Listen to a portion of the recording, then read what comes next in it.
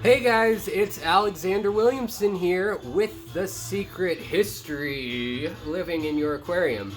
Today we've got a psychedelic group of creatures, and I figured why not demonetize this video. So, playing surrealistic pillow, and I got my Beatles revolver shirt on. I just kind of woke up this way.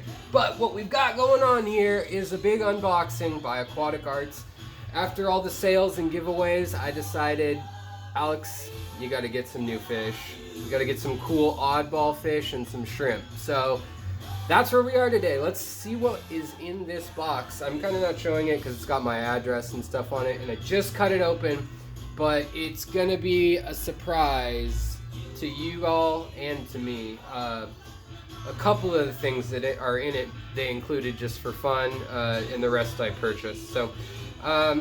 New little handout, thanks for the purchase, talks about the company, ways you can get giveaways. By the way, I have an ongoing deal with Aquatic Arts, and basically if you have never ordered from them before, you use the code SECRETHISTORY in all caps and then 15, so SECRETHISTORY15 for 15% off your entire order. And if you've done that before, Secret History, all in caps, 10, no spaces or anything. That'll all be in the links below. That will get you 10% off as many times as you want. And the other cool thing is that we save a percentage, so like 4 or 8%. It depends on the purchase, but at least 4% I'm saving. And then we reinvest that every 6 months, and we do a big giveaway for the channel. So we just gave away almost $1,200 worth of Aquatic Arts swag and shrimp and fish and gift cards. And let's jump in, okay? All right. So, catappa leaves. These are some medium catappa leaves, always good for tannins and making your water yellow and driving certain people nuts. But hey, that's what the water looks like. They also gave me this little shrimp net, which is handy dandy. I love little shrimp nets. Have a hard time finding them at local marketplaces and stores. This one looks like it's got actually a solid plastic bottom maybe, and then a little rim that allows it to cut through the water. So that's kind of groovy. Haven't seen that before, and it looks like it is a telescoping little net. So we'll see. Never have enough of those. Lots of insulation. Bill, the guy who always hooks me up with this, his ongoing gift to me are moss balls. So I always get moss balls from him, but they have some fine moss balls, and I've broken these up, and I've actually put them on my intake filters and stuff, on the big sponge filters, and kind of decorate them so they look like shag carpet or something. So kind of fun. Also, these are super handy. They gave me these. They tossed these in because in the past I've asked for them. And these are just lead, and it's not lead that's that your fish would metabolize. It's very stable elemental lead, and so you can cut these in half, or you can wrap them around bundles of sticks and stems. Keeps the plants held down, anubias, things like that. You can also weight down if you're not tying them to a stick or to a big rock. These things are really handy, so thank you for that, guys. All right, let's see. I see bags. All right, so here, oh nice. I didn't know I was getting these, but I'm very excited that I did. They're not colored up, but you guys have seen these before. Looks like everyone's alive, and these are baby phoenix tetras, or rasboras, sorry. And these guys just have beautiful peach, red, orange colors. They change when they eat. They're a really fun fish, and I'm gonna definitely put those in my my purple tank or my lily tank. These are rasbora mena, M-E-N-A-H, or mena. I don't know how you emphasize the syllable, but these are a beautiful fish. If you like chili rasboras, exclamation point rasboras, try these out. I think they're even better personally, so I really like those, and I'm excited that I got some. Now what's next here? Oh, awesome. So this looks like 2 bumblebee gobies, some more oddballs. We'll get these guys colored up and we'll do a live stream or maybe another follow-up video actually. But let's see if we can get them in the shot. Right now they look black and white, but they do actually turn yellow and... Oh, there's 3 in there. They gave me 3. Well, I will not complain about that. Here's another one that's calmer. Can we get him in the picture focused? Come on. Well, these guys are fun. They're little bottom dwellers, and they're pretty peaceful. They'll eat little micro, copepods and seed shrimp. They may eat your baby shrimp a little bit, but they're not quite as bad as Baddis, but they're really fun. They look like a little bulldog or something. They've got kind of like big front and kind of a pouty, grumpy mouth, which is fun. And then they'll color up a nice yellow usually. So bumblebee gobies, right on. I ordered those. And in here, this is what I'm really excited about, these freaks. We've got halfbeaks. And these are gold wrestling halfbeaks. I don't know, a lot of people probably won't have seen these before in the pet trade. You'll not see them at Petco or PetSmart usually. They're a very weird looking fish, aren't they? So these can get a couple inches long, up to 5 depending on the species. But these are gold halfbeaks, and they're called wrestling halfbeaks because the males will actually, they've got this super long nose. Let's see if we can get one to swim back in the picture. Their upper jaw or nose comes out and it hooks down like an eagle's beak or something. And they've got these big old dinner plate eyes and then colorful tails and then a nice silver body. These ones have brilliant yellow and orange finnage. So they're from a really good line that's probably been, I know it's tank raised. So the reason they call them wrestling halfbeaks is they actually interlock those noses and they hook onto each other, and they'll pull one another back and forth, the males, for territory. But beyond that, they're a really peaceful fish. Interestingly enough, 65 million years ago, they found a relative of this fish. And by 57 million years ago, they found a shorter nose version of it in Italy, in Bologna, current day Bologna, Italy, as a fossil. And now we find them in Thailand and Indonesia, all around the South Pacific, Malaysia. And a lot of them are saltwater and freshwater, or as we say, brackish, when they go between or hang out in estuaries. And I think they're going to be a fun fish, so I hope they do well. I think these ones are totally freshwater, I hope. That's what I was told. So let's see what else we have going on in here. Oh man. Boy, I spent a little bit. I went a little crazy, guys, sorry. Okay, so in here, oh wow, this was a gift, so in full disclosure, thank you guys. Looks like they had a leaf in there with it, but this is a young L333 Pleco. He's hanging out right here. Let's see, can we get a shot of him? These look like zebra Plecos, called the poor man's zebra Pleco. They're a hypencistrus, and the website actually just got in albino versions, and I just wanted a normal one because I don't have one yet. So I got a normal one, and we'll have to zoom in on this guy later. He's a little hard to see right now. And of course everyone's stressed. They're coming straight out of the box. But he is a maize patterned fish and looks kind of zebra striped. He's very young. He's only, this big. So these are kind of cool. They're kind of like the Peclatia or the zebra Plecos, or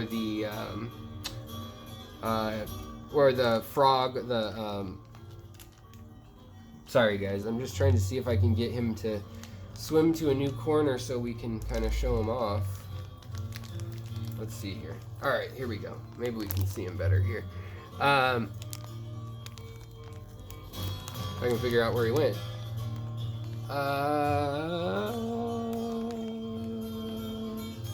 The music's calming, right? It's a good album, one of my favorites. I'll give them the royalties of all the millions I'm sure this video will make. And hopefully Aquatic Arts enjoys Jefferson Airplane early music. I don't like their later stuff. Alright, so you can kind of see it. Yeah, oh, man, it's hard. They like tannins in the water. They also like heat, and lower pH is generally a good thing. But here you can kind of see him right here. And right now he's pretty washed out, but he's got a nice maze pattern on him. He's very small, so I'm going to be putting him also in the tank up here so I can keep an eye on him.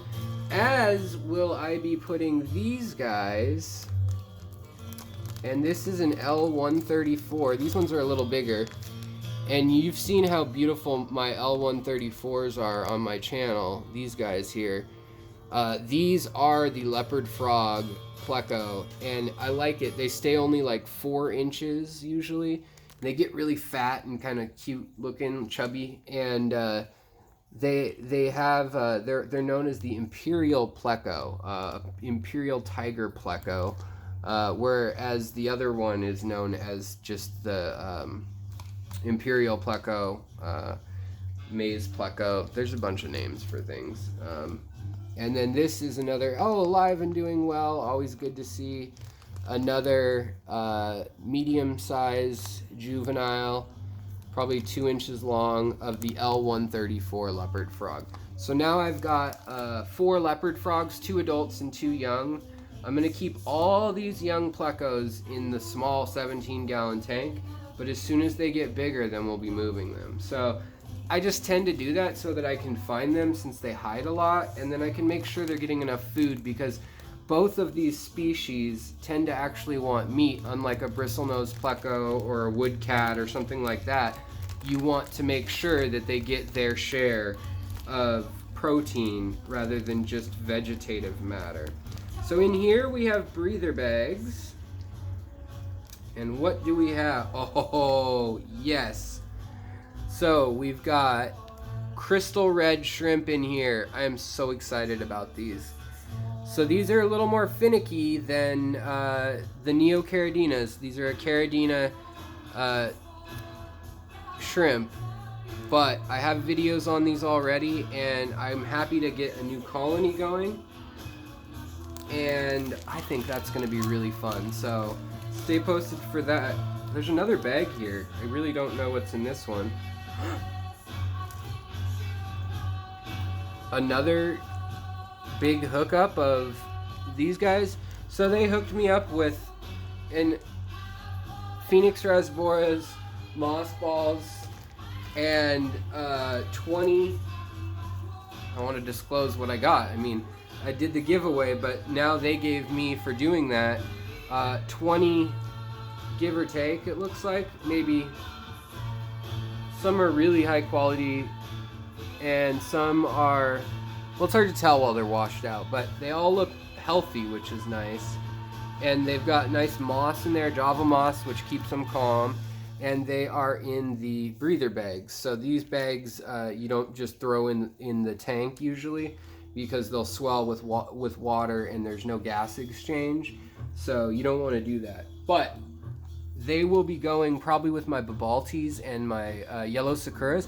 I know that's kind of weird, and I'm going to be setting up a new tank most likely for these guys, but that tank is already geared for the babalti comfort zone and is actually low on the pH and GH for the neocaridinas. So hopefully, since it's only shrimp in a 20 long, hopefully these guys will find it amicable, you know? So we'll see. But right here, here's an overview of everything. We've got the Phoenix rasboras, we've got the L333 hypensistrus, and then we've got the true bumblebee Gobys. So excited about them. And then we've got the L144, which is the Leopard Frog Pleco, and another one of those. Plus, we've got a group of halfbeaks, 3 halfbeaks, I'm going to start with 3. I'd like to have a group of 5, but I'm moving around some fish before I do that. I'll probably order another 3 to 4 more, actually. I'd really like to breed them, so yeah. And then here's that other leopard frog, which is Peclotia compta. They're a very, very compact fish. Eats lots of... If a fish dies, this guy is going to be the first one to check out the remains and get rid of them along with the snails. So thank you so much to Aquatic Arts. Thank you to everybody watching, and I'm excited. This was kind of my treat to myself after we ran the giveaway. And I know this video won't get monetized because of the background music, but I'm feeling good today. I thought maybe I'd share that with you guys, and you know, we just get a little psychedelic with some of those weird fish we have. I'll do some species spotlights coming up, and we've got lots of really exciting things going on. Some interviews with professors and also with Rachel O'Leary coming up. And other than that, just get ready for more of the stuff you love. Always comment, like, share, do whatever you want to do. And check out aquaticarts.com while you're at it, because every friend that you refer to use those codes from my channel, we save money, and it gets put in the pot, and then we give it back to everybody who bought something, and to those of you on my channel who may have not bought anything, just for free. So that's that. I will talk to you guys later. Have an excellent day, and I've got some work to do to acclimate these guys. I'll talk to you later. If you haven't yet, also click the little bell that says you want to be alerted to new videos, and then you'll get to see the what I have for species videos. Also working on a video about cichlids and what defines them. The halfbeaks actually have an upper jaw that's fused together, and that happened 50 million years ago, whereas that same the things that fused separated in cichlids, and they have a jaw, within their throat, kind of a pharyngeal flap or sphincter opening, whatever you'd like to call it. But it's really interesting, and it shows how far apart they have evolved, yet they have similar body forms in some cases. So that's what this channel is about, finding the connections and the little secrets and magical things in the hobby. If you want to support the channel even more, we've got a lot of schooling fish. They could use money for college, so check out the link to Patreon also. All right, guys, this time I'm saying goodbye for real. Take it easy. Take care of yourself and your critters, and you know, everything will work out well. Just relax and enjoy the fish tanks or shrimp tanks. Talk to you guys later. Swim on.